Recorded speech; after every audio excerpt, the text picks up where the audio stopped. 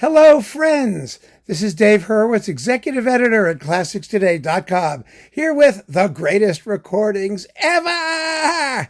And today we're talking about Beethoven's Fifth.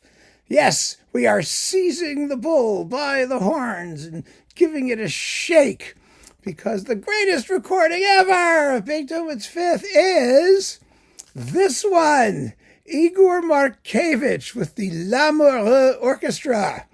Yes, recorded in the late 1950s, I think, or something, 1961. Let me see, somewhere around there. 1960. And boy, is that amazing. It's amazing.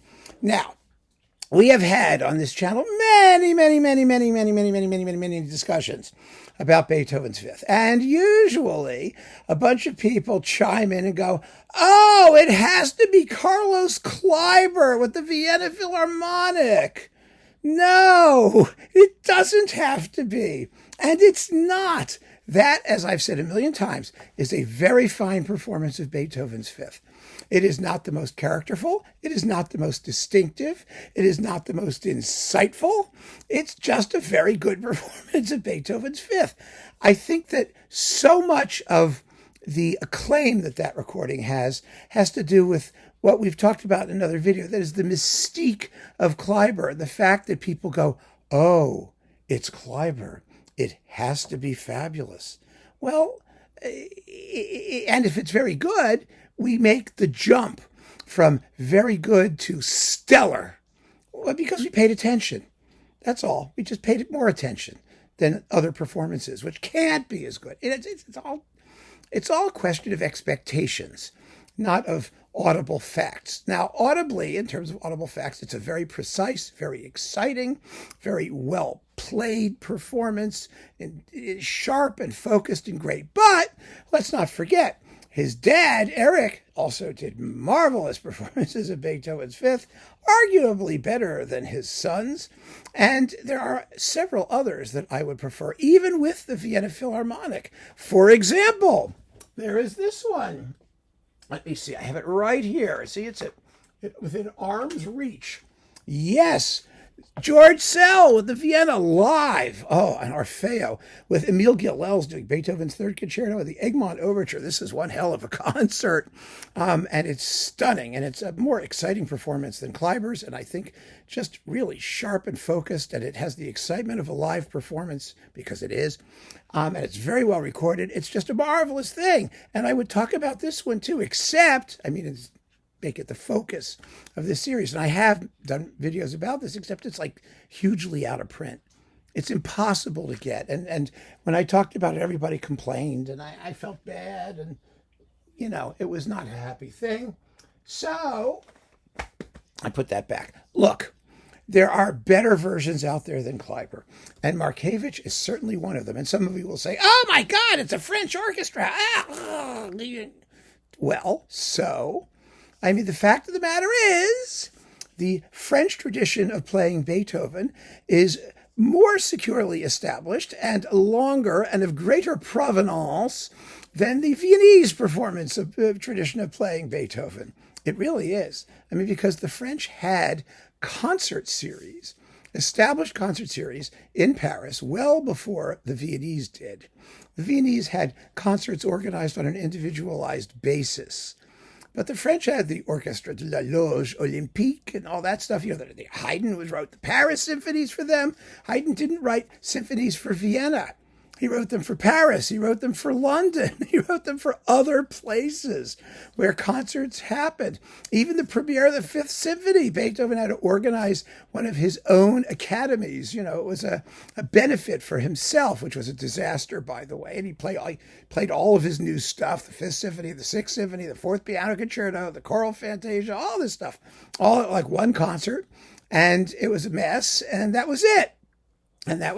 But in the 1820s, Francois Habeneck, the great French conductor, organized the Paris Conservatory Orchestra specifically to perform Beethoven symphonies. That's what they were organized to do. And they opened their first ever concert with the Eroica. So, and that was in the 1820s. And so, we don't need to hear any nationalist crap about how there is a unique Viennese something for Beethoven.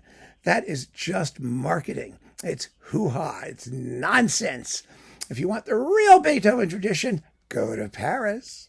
Anyway, the bottom line is the Lamoureux Orchestra was a typical French kind of schlamperei orchestra. They were not in the best of shape, and they were kind of crazy. And like most French orchestras, everybody was at war with everybody else.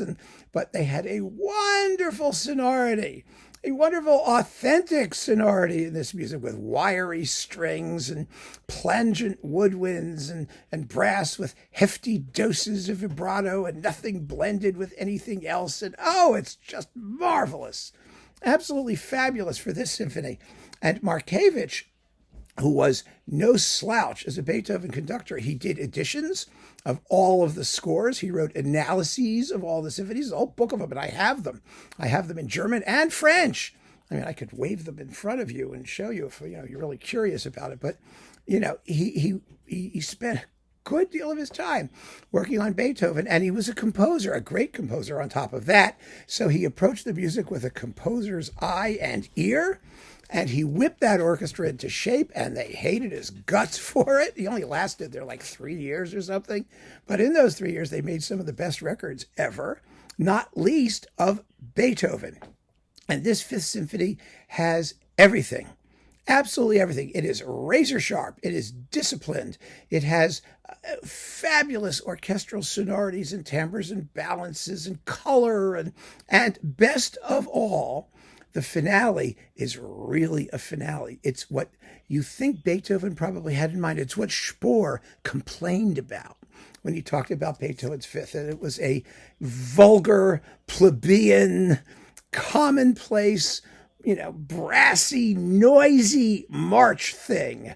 Because that's what Beethoven intended. Beethoven wanted this symphony to represent the victory of the common man. I mean, at least musically, that's what it sounds like. And yes, you can be far more sophisticated and you can make an amazingly refined and lovely, lovely thing about it.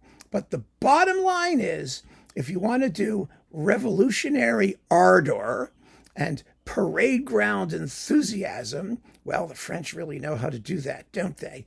I mean, it's the French revolutionary style, which had not, it had never left the Paris ensembles, even if it was no longer directly related to the thing that gave it birth. You know what I mean? That style of playing.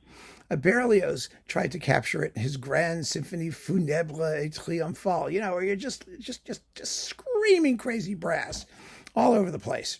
And it was wonderful. It was wonderful. And that's what you hear here. I mean, not at the expense of the strings, not at the expense of vertical balances. In fact, it's one of the most transparently textured Beethoven fifths out there. But my God, is it exciting. And it's fresh, and it's bracing, and it has so much more color and punch and character than your good old Vienna Phil under Carlos Klyber. Good though that is. Very good though that is, I freely admit. I confess. I mean, this is the one that I think tells you more about Beethoven's intentions and about what you can get out of the music than very many other versions. There are other great Beethoven's fifths. I mean, there are. How could there not be? Right? There's about 500 recordings of it, so there at least 10 of them have to be fabulous, right? Or more. So it's not like good Beethoven's fifths are rare. They're not. They're not really. But outstanding, special, spectacular Beethoven's fifths, well, those are somewhat rare. But this is without question one of them. So keep on listening, friends. Thanks for joining me, and take care.